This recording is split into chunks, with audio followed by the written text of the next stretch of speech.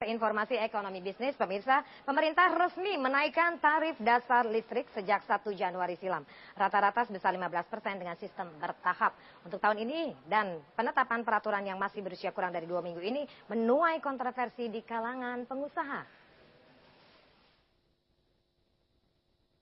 Pemerintah telah menaikkan tarif listrik mulai 1 Januari 2013. Kenaikan tarif baru listrik sebesar 15% dengan rata-rata kenaikan 4,3% untuk setiap 3 bulannya. Pemerintah beralasan kenaikan listrik secara bertahap agar rakyat tidak terbebani. Ada 4 golongan tarif yang tidak dikenai subsidi, yakni golongan rumah tangga besar, bisnis menengah, bisnis besar, dan kantor pemerintah sedang. Sedangkan pelanggan dengan daya 450 volt ampere dan 900 volt ampere tidak mengalami kenaikan tarif. Selama ini semua golongan kan dapat subsidi. Apakah itu orang kaya yang rumahnya mungkin ada sampai 1000 meter persegi, pemakaiannya juga listriknya besar, serta konsumen-konsumen seperti hotel-hotel yang besar, apakah itu masih layak dapat subsidi? Nah itu, akhirnya kita sepakati bahwa golongan-golongan kaya itu sebaiknya subsidinya dicabut. Jadi mereka membayar keekonomiannya.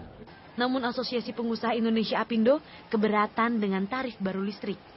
Sebab beban pengusaha dipastikan semakin berat karena kenaikan tarif listrik bersamaan dengan naiknya upah minimum provinsi UMP dan harga gas. Pengusaha juga harus menanggung biaya tinggi untuk membayar listrik dan gaji pegawai. Akibatnya, harga produk berpotensi akan dinaikkan sehingga produk Indonesia menjadi tidak kompetitif dengan harga barang impor.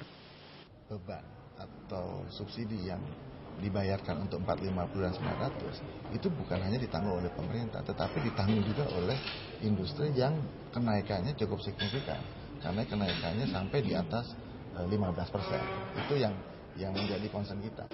Apindo memprediksi akan terjadi rasionalisasi pegawai yang dipicu kenaikan tarif listrik.